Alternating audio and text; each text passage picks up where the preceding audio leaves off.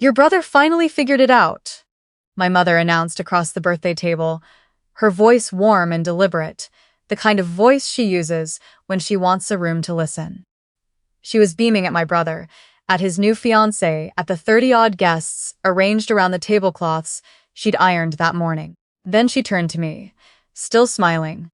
When are you going to stop drifting, sweetheart? You're 31. Don't you want what he has? I set down my fork. Looked at the faces angled toward the tension they could already feel building. I already have it, I said. 14 months ago, small ceremony. Vermont, just the two of us. You weren't there. My aunt stopped mid-chew. My father's hand froze above the breadbasket. My brother's fiancé discovered something fascinating in the weave of the tablecloth. And my mother blinked at me the way you blink at a sentence that stops making sense halfway through. Running it back, searching for the glitch. What are you talking about? She said. I'm married, I said. Legally, permanently. I have a husband and a house and a life I've been living for over a year while you've been asking me when I'm going to start one. The table went quiet in the specific way that rooms go quiet when everyone present realizes they've been reading from the wrong script. My name is Thalia, I'm 31 years old. And before you decide this is a story about a grudge over a guest list, stay with me. Because the wedding was just the last line. The real story started 20 years earlier. Every time my mother said my brother's name like it was a standard she was holding the rest of the world up to, and found the rest of the world. Found me. Consistently coming up short. I grew up in a house where my brother's accomplishments announced themselves like weather. My mother offered them to dinner tables and church lobbies, and the women she talked to at the salon.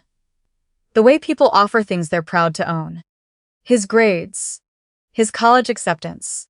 His first promotion. Each milestone documented and distributed like evidence of something she'd built. My own accomplishments existed in the household the way furniture exists in a room that nobody really uses. Present, technically acknowledged, accumulating quiet. When I was 15, I won the regional essay competition. First place, a $50 savings bond, and a mention in the county paper. My mother cut the article out and saved it. I found it years later tucked inside a kitchen drawer between a takeout menu and an expired coupon. The same week, my brother made the varsity basketball team as a sophomore, and she framed his jersey number on the living room wall. I'm not telling you this so you'll feel sorry for me. I'm telling you this so you understand why, when I had good news of my own as an adult, my first instinct was not to call her. I moved to Portland when I was 26. Took a position with an architecture firm, rented an apartment with west-facing windows, and for the first time in my life felt myself genuinely exhale. Not because my family was monstrous, not because anything could be pointed to and named in clean, clear terms. But when you spend years being the dimmer light in someone else's lamp, moving 1,000 miles away, feels like finally having your own electricity. That's where I met Jasper. He was teaching a weekend woodworking class I'd signed up for on a kind of impulse. The sort of class you don't mention to people until you know whether it'll matter. It mattered. He was patient in the way that people are patient when they actually trust other people. Not the strained, credit-seeking patience of someone performing generosity, but the real kind, easy and unremarkable. He showed me how to read grain, how to hold a plane, how to let the material tell you what it wants to be. I thought at the time I was learning about wood. We got engaged 2 years later, on a Tuesday evening, which is an unsexy day for a proposal, and I loved it for exactly that reason. He didn't build up to it. He made dinner, opened a bottle of something red, looked at me across the table and said, I want to do this every night for the rest of my life. Will you do it with me? I said yes before he finished the question. And then I sat very quietly in the apartment we'd been sharing for 8 months and thought about what came next. Because I knew what came next. I had lived inside my family long enough to know precisely how the news would travel.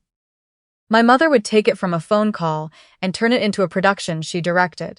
She'd ask about venues before she asked how I felt. She'd have opinions about flowers, the dress, the invitation font, the way my hair might look with a veil. My brother's wedding, still hypothetical at that point, would become the measuring stick, casually and without cruelty, which was somehow worse than if it had been intentional. She would understand why every sentence about his day felt like a footnote to mine. She never had. So I didn't tell them. We eloped. We married on a Saturday in October, on the porch of a rented farmhouse in Vermont. The leaves were doing what Vermont leaves do in October, which is embarrass every other landscape into irrelevance. Cold enough that our breath showed. Our friend Bia officiated. She'd known Jasper since college, and she cried through the entire ceremony while pretending not to. There were 12 people, a single-tier lemon cake from a bakery in town. Afterward, Bia took a photo of us without asking, said later she hadn't wanted to interrupt, and what she caught was the two of us mid-law, wind in my hair, my coat half on, Jasper's hand at my face. I mailed that photograph to my mother 3 weeks later. No note, just the photo. She never called, never texted. The photograph was never acknowledged. So when she asked me that question across my father's birthday table, "When are you going to stop drifting, sweetheart?" I gave her the answer I'd been holding for 14 months. The immediate aftermath was my brother reaching across the table, touching my arm, saying my name, the way you say, the name of something you're trying to keep from spilling. "Thal," he said, "not here." She asked me a question, I said. Here is where I answered it. He sat back. My brother, who I had loved my whole life, and who had watched from the same household I had watched from, who knew everything I knew and said nothing while it was happening, who reserves his apologies for after the damage is already visible. My mother's expression had settled into the controlled blankness she wears when she's deciding how to manage something rather than respond to it. She folded her napkin once, twice, glanced at my father. My father asked the right question, the only right question. "Are you happy?" he said. "Yes," I said. "Good," he said, and picked up his fork. That was the most useful thing my father had offered me in a decade. I filed it away carefully. By dessert, my mother had recalibrated enough to find me near the kitchen doorway. That was her pattern. Let the room shift, then re-emerge with a posture that transferred ownership of the incident to whoever created it. "You could have told us," she said. Her voice had that carefully maintained tremble in it, the one she reserves for moments when she wants to be the one who is hurt. "I'm your mother. I had a right to be there." "I sent you a photograph," I said. I didn't know what to say. "You could have said anything," I said. "You said nothing." She opened her mouth, tried a different angle. I didn't stay to hear it. I stepped past her into the dining room, and that's when I found the scrapbook. It was on the side table by the fireplace, the place my mother always puts things she wants noticed. The framed Christmas cards, the graduation photos, the evidence of a family she has curated and maintained like a public garden. This was different. A large cream-colored album, my father's initials embossed on the cover in gold. His 60th birthday gift. She'd mentioned it in a group text I'd been accidentally included on 2 months earlier. 60 pages for 60 years, she'd written, one for every year of his life. I picked it up, opened it at random. Page 34. My brother at his college graduation. My mother's arm around him. My father's face carrying the specific unguarded pride that belongs to a parent whose child has done the expected thing and done it well. The caption in my mother's handwriting. Our proudest moment. I went back to page 1 and turned slowly. My father as an infant. My parents' wedding. The house before children. And then, my brother's arrival, documented with the thoroughness of an authorized biography, every year marked, every milestone given its own page or spread. Soccer trophies, science fair ribbons, homecoming, prom. A full 2-page spread for the summer he interned in Chicago. I turned and turned. I appeared for the first time on page 9. I was 4 years old. I was in the background of a photo taken at my brother's 5th birthday party. Out of focus. Page 14. A Christmas morning. Me in footy pajamas, paying more attention to the wrapping paper than the gift inside. Page 19. The year I won the regional spelling bee, my mother had included one photo, just the one, tucked into the lower corner of a page beside a recipe she'd clipped from a magazine. Not a full page. Not a caption. Just evidence that I had technically existed that year. After page 19, I was gone. Pages 20 through 53 documented a life I had lived inside, but apparently not occupied. Family gatherings I had attended, without appearing in. Holidays I remembered differently than the photographs suggested. And then, page 47 stopped my hand entirely. A full-page spread. Beach, bright sun.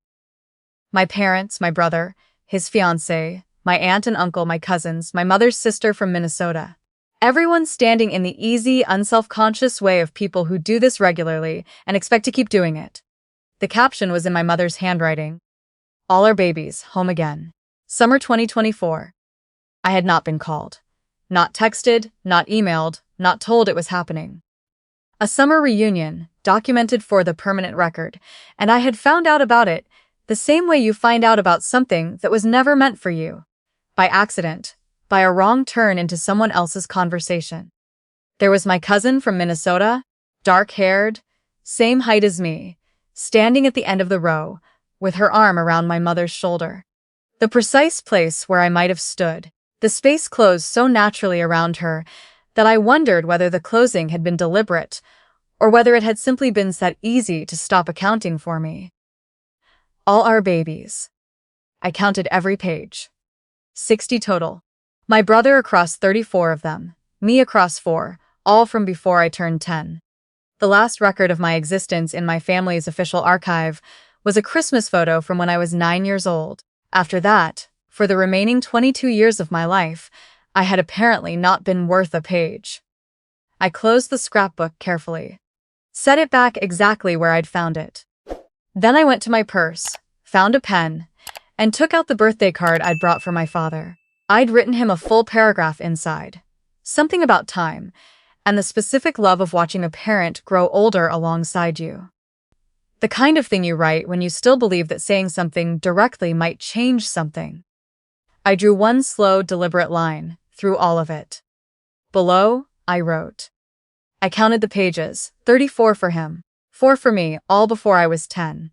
I hope the next 60 are honest. Happy birthday, Dad, I love you, Thalia. I tucked the card under his dessert plate, said good night to the people near the door, and walked out into the October air. I drove home with the radio off. Jasper was reading when I walked in, one lamp on, that particular quiet he holds when he knows someone needs to re-enter a space slowly. He looked up. Didn't ask. I sat beside him and told him everything. The question at the table, the answer I gave. The frozen room, my mother in the kitchen doorway, the scrapbook, page by page, and what I found on 47. When I finished, he was quiet for a moment. Then he said, 4 pages. 4, I said. He didn't say anything else for a while. Then, do you know what your favorite flower is? I looked at him. Of course you do, he said. I'm asking if she does. She doesn't. I'd never been asked. He'd known since our 3rd date. Freesia, specifically the white ones, because they smell like something is just about to happen. He'd put a plant on our windowsill 6 months after we moved in together and said nothing about it. I noticed it for 3 days before I realized why it was there. My family never asked about the freesia. They never asked about any of it. They only looked for me when I was useful to their narrative, and when I wasn't, they closed the space and captioned the photo without me. Jasper made tea and sat with me until I was ready for sleep. And sometime in the quiet of that night, I realized I wasn't heartbroken.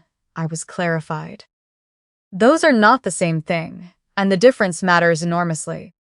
My mother texted the next morning. That was completely uncalled for.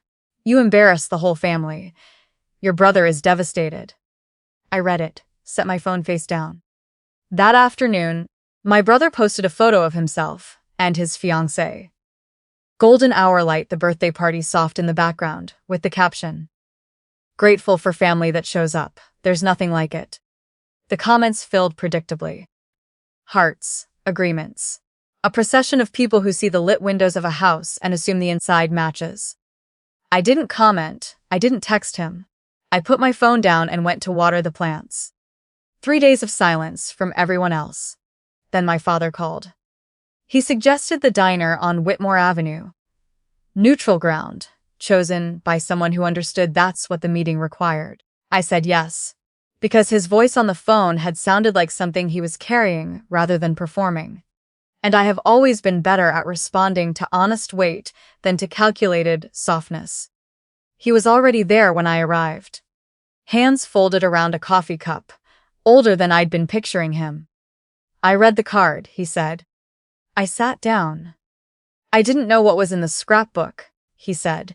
She made it herself. I hadn't looked through it. Now you have, I said. He nodded, was quiet for a moment. 34, he said, mostly to himself. And 4, I said, all before I was 10. The diner kept moving around us. Coffee orders placed and filled, a child in a high chair, someone laughing too loud in the booth behind me. We sat in the middle of it with the kind of silence that isn't empty, just honest. I should have paid closer attention, he said. You were paying attention, I said, just not to me. He didn't argue, didn't redirect, just sat with what I'd said, and that, I think, was the most genuine thing he'd offered me in years. Not a defense, not an explanation, just the willingness to stay inside the truth of it without flinching away. He reached into his jacket pocket and slid something across the table. The photograph I'd mailed, me and Jasper in Vermont, wind-blown, laughing, the October sky enormous behind us. I kept it, he said, when she set it aside. I held it in both hands, Jasper's hand at my face, my coat half on. Neither of us looking at the camera. I didn't know how to reach you without going through her, my father said. Then find a way, I said, or accept that you can't. But I am done waiting at the end of a road that runs through someone who decided I was the secondary child. He flinched. I watched it move across his face and did not soften. I'm not lost, I said. I just stopped walking in circles. My mother came to the house 9 days after that, unannounced, the way she comes when she wants the advantage of surprise. I saw her car from the window. She sat in the driveway for nearly 5 minutes before she got out, which told me she'd needed to prepare. I opened the door before she knocked. She was wearing the pearls, shoulders straight, the posture she puts on when she wants to feel like authority. I think we should talk, she said. Okay, I said. I didn't move aside to let her in. She recalibrated. What you said at the dinner was true, I said. Her jaw set. You humiliated your brother at your father's birthday. In front of everyone. You asked me a question, I said. I answered it. You've always needed to make a scene, she said. And there it was, the long-standing verdict, delivered now, like it explained something. Too dramatic, too sensitive, too much. It's the label she'd been applying to me for 20 years, whenever I said something she didn't want to hear. Page 47, I said, summer reunion. All our babies, home again. I held her eyes. You didn't tell me it was happening. Something shifted in her expression, not guilt. Something closer to the recalculation that happens when a plan encounters a variable it hadn't prepared for. It came together quickly, she said. You made it a scrapbook page, I said. It wasn't quick, it was recorded. We stood in the doorway for a long moment. She outside, me in the frame. Then she said quietly, with the compressed injury of someone who has decided their own hurt is the most relevant fact in the room. I don't know what you want from me, Thalia. I know, I said. That's exactly the point. You never did. She turned, walked back to her car, sat in the driveway for another 2 minutes before backing out. No wave. Just taillights, moving away down the street, and then gone. I closed the door. Stood in the front hall with my back against it and listened to the sounds of the house. The refrigerator, the cat settling somewhere in the other room. Jasper's music low from the back bedroom. Not every reckoning needs to be loud. Sometimes a closed door and a quiet house are the most complete sentence you can offer. A month later, Jasper and I had people over. 12 of them, same as our wedding, though nobody planned it that way. Old friends, people from work, Bia with a bottle of wine and the story of how she cried through our vows, which she tells every time and which gets slightly more elaborate with each retelling. We made pasta from scratch, which took 3 hours and was worth every minute. Someone brought a small succulent as a housewarming gift, even though we'd lived there for 2 years. We put it on the kitchen windowsill next to the freesia. At one point, someone asked if my family was nearby. Not exactly, I said. She nodded, the way people nod, when they sense there's more to the story and decide not to press. I liked her for it immediately. Later, washing dishes in the good tired quiet that follows a dinner that worked, Jasper handed me a plate to dry and said, "You seemed like yourself tonight." I thought about that. Like yourself. How strange that being yourself should feel notable. How many years I'd spent in rooms where I performed a version of myself that was slightly smaller than the real thing, hoping that version would fit well enough to stop drawing comment. "I think I stopped waiting," I said. "For what?" he said. "For them to see me the way you do." He passed me another plate. "I don't see you any particular way," he said. "I just see you." I have not spoken to my mother since the doorway. My father sends short messages sometimes, a news article, a photo of the maple tree in front of the house where I grew up, turning color in the fall. I write back. Not warmly, not coldly, honestly, which is the only currency I have left that I still trust. My brother left a voicemail once. Said he loved me, said he was sorry, said he hadn't realized how far it had gone. I've listened to it twice. I haven't called back yet. I'm still deciding whether "I didn't realize" is the end of a sentence or the beginning of accountability. I'll know when I know. What I know now is this. There is a scrapbook in my parents' house with 60 pages and 4 photographs of me, all from before I was 10 years old. And there is a photograph held by a magnet to our refrigerator. Me in Jasper, Vermont, laughing, looking at each other while the sky does something extraordinary behind us. Bea took it without asking, because she said she didn't want to interrupt the moment, and she was right not to. That photograph is not in anyone else's album. It doesn't need to be. Because the thing they never told me, the thing I had to leave to learn, is that you are not less real for being uncounted. You are not less present for being missing from someone else's pages. The story of your life does not begin when your family decides to notice it. It begins when you stop waiting for them to. I spent 30 years at a table where the seat assigned to me was always the one closest to the door. The easiest one to overlook. The one that made no difference to the shape of the room. I don't sit there anymore. And the view from where I'm sitting now, small house, west-facing windows, a plant on the sill that was put there by someone who remembered what I love without being asked, is the only one I've ever chosen entirely for myself. That's enough. It has always been enough. I just needed to stop standing in their frame long enough to finally see it.